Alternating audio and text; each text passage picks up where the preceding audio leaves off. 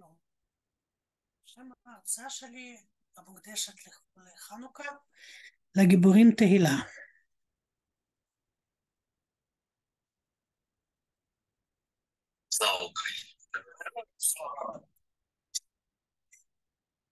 כל מי שעוקב אחרי המלחמה באוקראינה מכיר את הברכה שאומר הנשיא זלנסקי ואת התשובה אליה.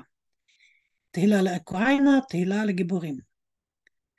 בחנוכה, שהוא חג הניצחון, הייתי רוצה לדבר על החלק השני, לגיבורים תהילה, תהילה לגיבורים.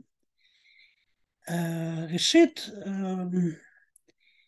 מהו גיבור? כולנו מכירים את המשפט ממסכת אבות, איזה הוא גיבור? הכובש את יצרו, שנאמר, טוב ערך אפיים מגיבור ומושל ברוחו מלוכד עיר, שזה ממשלי.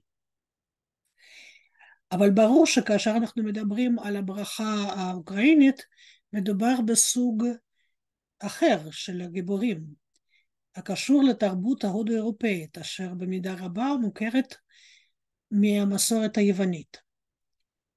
אז מי זה גיבור ומה זה תהילה במסורת היוונית? לפי האטימולוגיה, מדובר או במילה נגזרת משורש פרוטו-הודו-אירופאי, סר, וקשורה למילה הלטינית סרבו, שזה גם להגן או לשמוע על מישהו, או ייתכן והמילה קשורה לאלה הרה, שלרוב הדעות שמה הוא טרום יווני, כלומר מגיע מתושבים של אזור יוון שחיו שם לפני היוונים.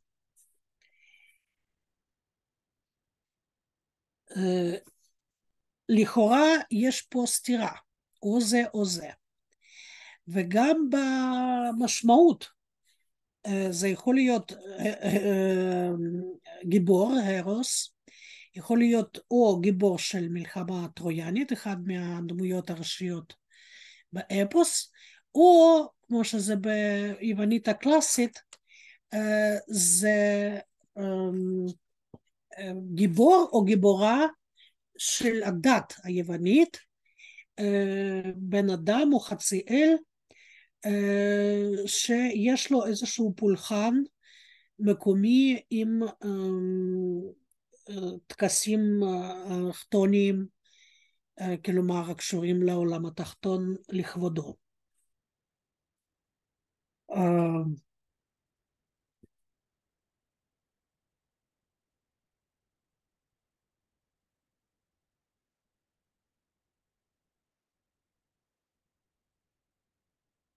ובאמת שבגיבורים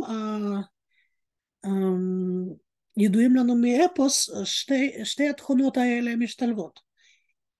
זה גם גיבורים, כלומר דמויות, וגם רובם צאצאים של אלים, אלנה, שהיא ביתו של זאוס ובת מותה בשם לדה, ואכילס, גיבור המלחמה, וגם חצאל שאימו הייתה האלה תטיס, ואבא שלו בן תמותה בשם פליוס. וגם הגיבור הכי גיבורי, הכי נודע שיש, הרקלס, היה בנו של זאוס ובת תמותה בשם אלקמנה.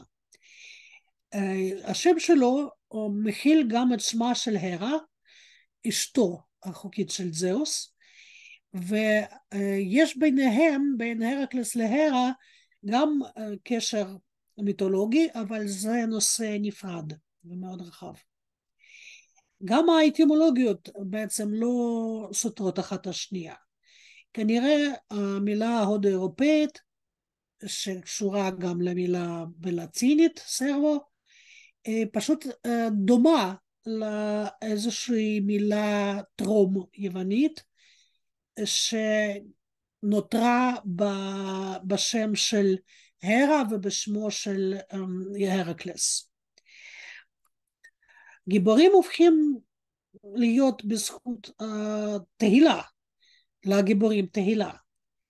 והתהילה, את התהילה הם מקבלים בזכות שירים שמחוברים לכבודם.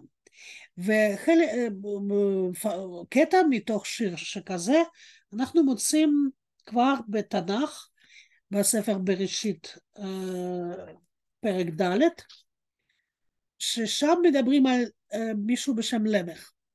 ויקח לו למך שתי נשים, שם אחת עדה ושם השני צילה, והנה השיר, ויאמר למך לנשיו עדה וצילה, שמען קולין שי למך האזנה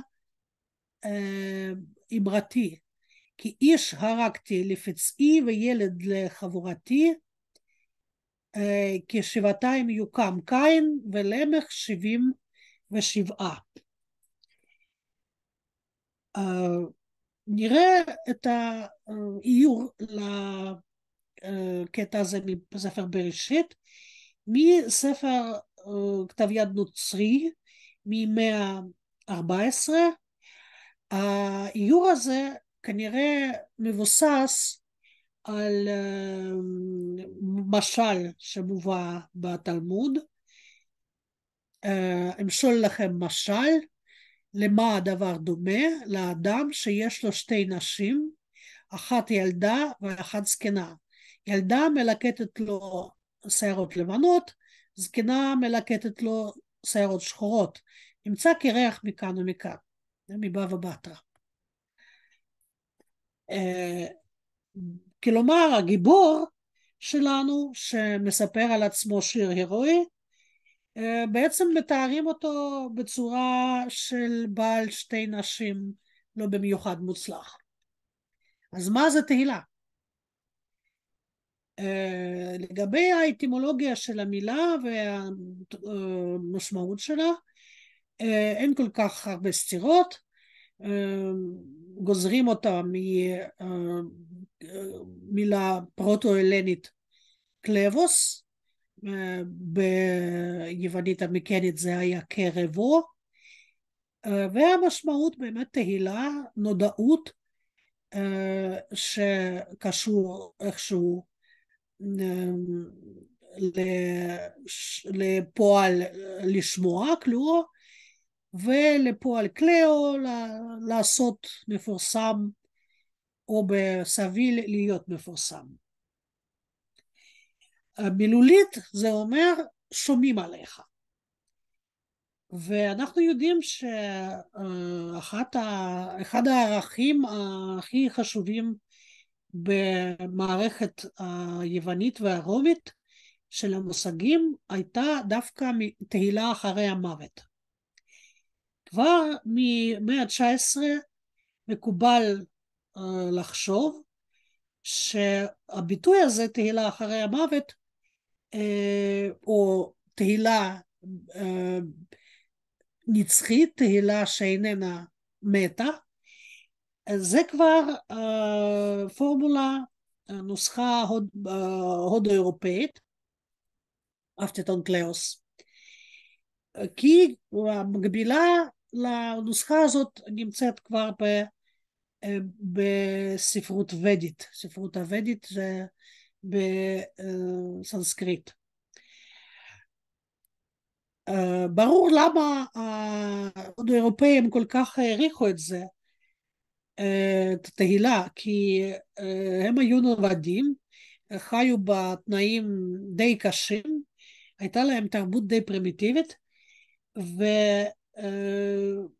וקשה היה להשיג תנאי מחיה יותר סבירים, או איכשהו לאגור אוצרות, גם היה חסר פואנטה. איך היה אפשר לעורר את התשוקה לקרב, כן? איך לגרום ללוחמים לקום בבוקר, על ידי כך שמובטח להם הטובה היחידה שהיא משמעותית, שידברו עליך, ישירו עליך ליד המדורות או במשתאות. ולכן אפטטון קליאוס באמת יכול להיות הפך לנוסחה מקובלת, אבל מרגלית פינקלברג ב... כבר ב-1986 הוכיחה שאצל הומרוס, שמשם אנחנו מכירים את הנוסחה הזאת, קודם כל, זה לא בדיוק נוסחה, אלא דווקא ביטוי אד הוק, כלומר למקום הזה, ושם אכילס לא משתמש במילים האלה כנוסחה, אלא אומר שתהילתו תהיה נצחית. כלומר, זה לא נוסחה, זה קביעת עובדה, או תקווה של אכילס. ולדעתי, שתי השערות האלה גם לא סותרות אחת את השנייה.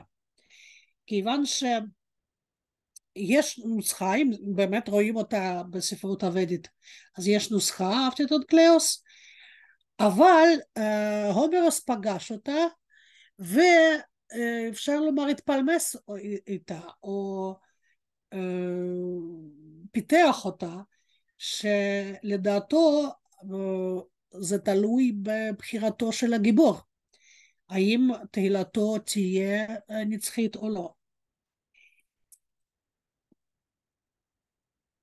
בהרצאה הקצרה הזאת סיפרתי על שתי פשרות, ופשרות כגון זה אפשריות במחקר אקדמי, אבל במלחמה האמיתית מה שיכול להיות זה או ניצחון או תבוסה. אני מברכת את כולם עם חנוכה, ומאחלת ניצחון מהר לישראל ולאוקראינה.